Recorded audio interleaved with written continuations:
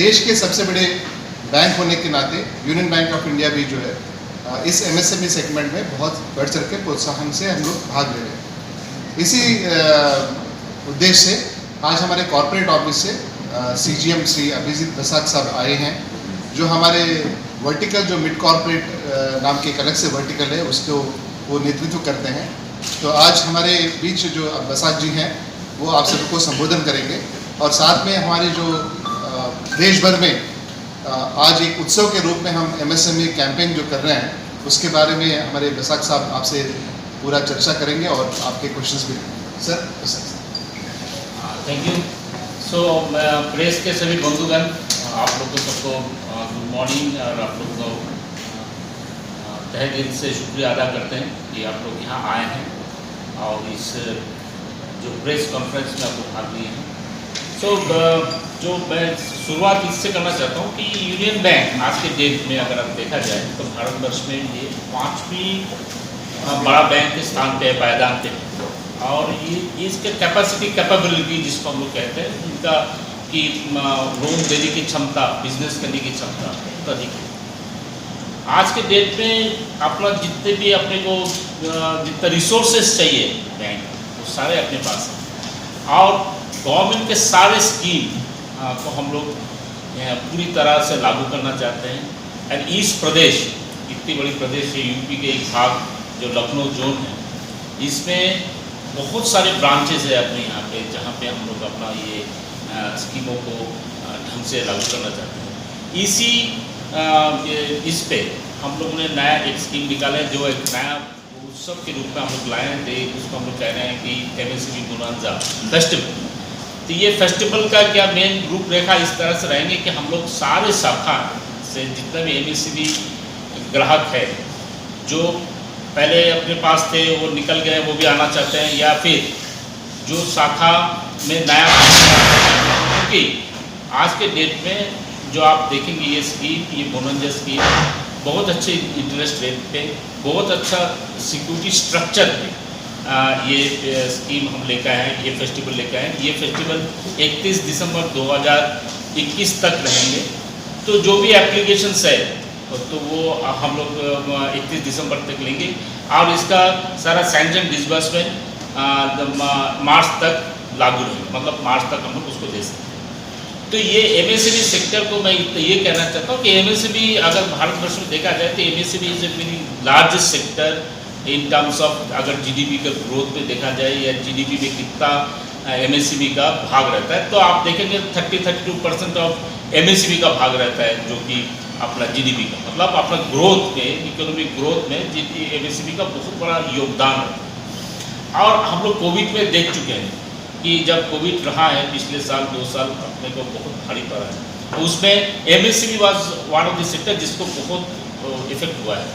तो हम लोग चाहते हैं कि इस सेक्टर को दोबारा सजीव बनाएं, क्योंकि यही है जो कि सबसे ज़्यादा एम्प्लॉयमेंट भी देते हैं, तो ये एम्प्लॉयमेंट जनरेटिंग सेक्टर भी है। तो इसी क्रम में हम लोग चाहते हैं कि ये जो मेरा 31 दिसंबर 2021 तक जो अपना ये प्रोग्राम है, ये फेस्टिवल है, इसको बहुत ढंग से हम लोग करें। सबको विश्वास दिलाना चाहते हैं कि अपने जो यहाँ पे शाखाएं हैं और अपना जो यहाँ पे क्षेत्रीय कार्यालय हैं, फिर जो भी जोनल कार्यालय है, सब अपने को सपोर्ट करेंगे इस कार्यक्रम में, और आप लोगों को बेहतर से बेहतर सेवाएं हम लोग देंगे। MSME का कोई भी एप्लीकेशन जो भी है आप लोग हर तरह से जाकर ब्रांच से डिस्कस कर सकते हैं।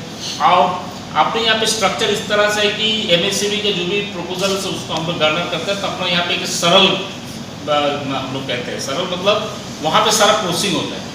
तो ये जितना भी प्रपोजल आएंगे तो ब्रांचेस से तो ये सारा सरल में प्रोसेस होके, मतलब इसको ज़्यादा टाइम भी नहीं लगेगा, मतलब एक प्रपोजल प्रोसेस करने में। तो इस तरह की सेवाएं हम लोग प्रदान करेंगे यूनियन बैंक की तरफ से। हम लोग चाहते हैं कि इस प्रदेश में जितने भी MSME ये है वो सारे आए अपने पास, आप यूनियन बैंक के साथ जुड़ जाए और अपने सेवाएं, बेहतरीन सेवाएं का लाभ उठाएं। धन्यवाद।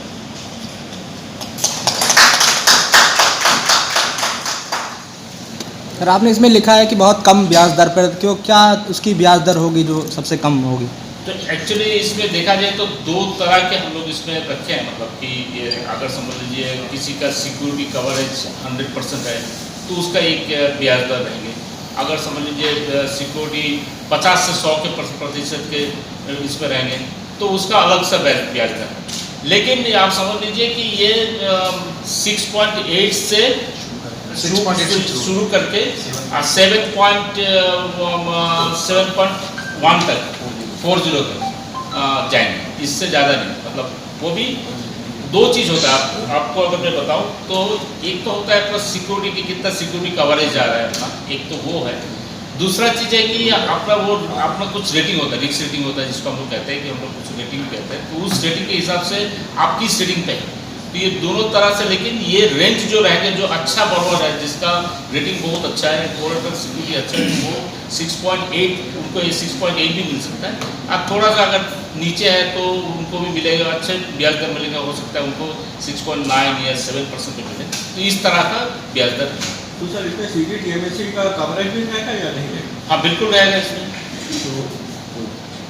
तो आप अगर देखा जाए तो दोनों तरह से फ़ायदा है। अगर समझो गारंटी पूरे मिल जाएंगे, सीडीडी एमएससी का कवर मिल जाएंगे, और साथ में आपको ब्याज दर भी बहुत अच्छे ब्याज दर मिल जाएंगे।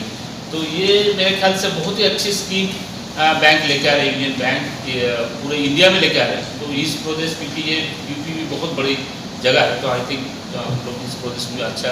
तो सर ये रेट इंटरेस्ट जो है रिड्यूसिंग रहेगा या फिक्स रहेगा?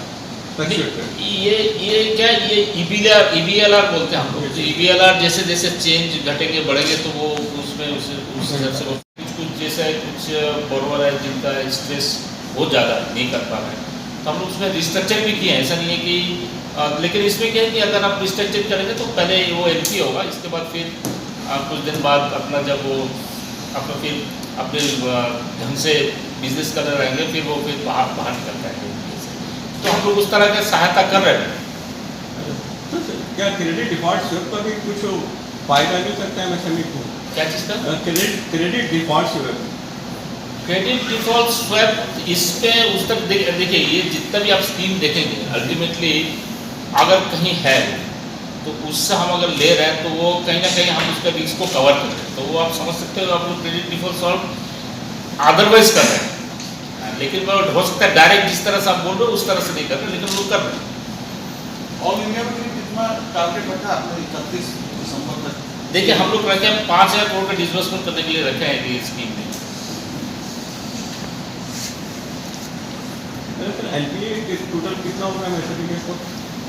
NPA अगर यूनियन बैंक का पकड़ेंगे तो MSME में कुछ ज़्यादा है, अराउंड 16-17%।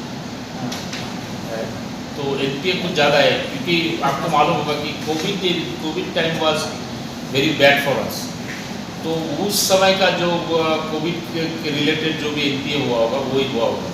लेकिन अभी आप अगर देखेंगे तो धीरे धीरे वो NPA का लेवल भी घट रहा है, और नंबर ऑफ NPA नया जुड़ने का भी ये तादाद कम होता है अभी एक्चुअली अगर देखा जाए तो। थोड़ा सा स्ट्रेस तो देखिए इस सेक्टर में है, ऐसा नहीं है कि MSME में स्ट्रेस नहीं है। बिकॉज ऑफ फैक्ट क्या देखिए, हम लोग बड़े वाले को सोच रहे हैं, लेकिन जो छोटे वाले हैं उनको तो स्ट्रेस लगता ही है क्योंकि बिजनेस नहीं हो रहा है, या कभी कभी अभी जैसा बड़े वाले तो निकल जाएंगे क्योंकि उनका वेंडर समझ लीजिए, सप्लायर समझ लीजिए, सारा चीज़ उनका लाइनअप है। लेकिन छोटे वाले का कभी कभी फंस जाता है कहीं ना कहीं।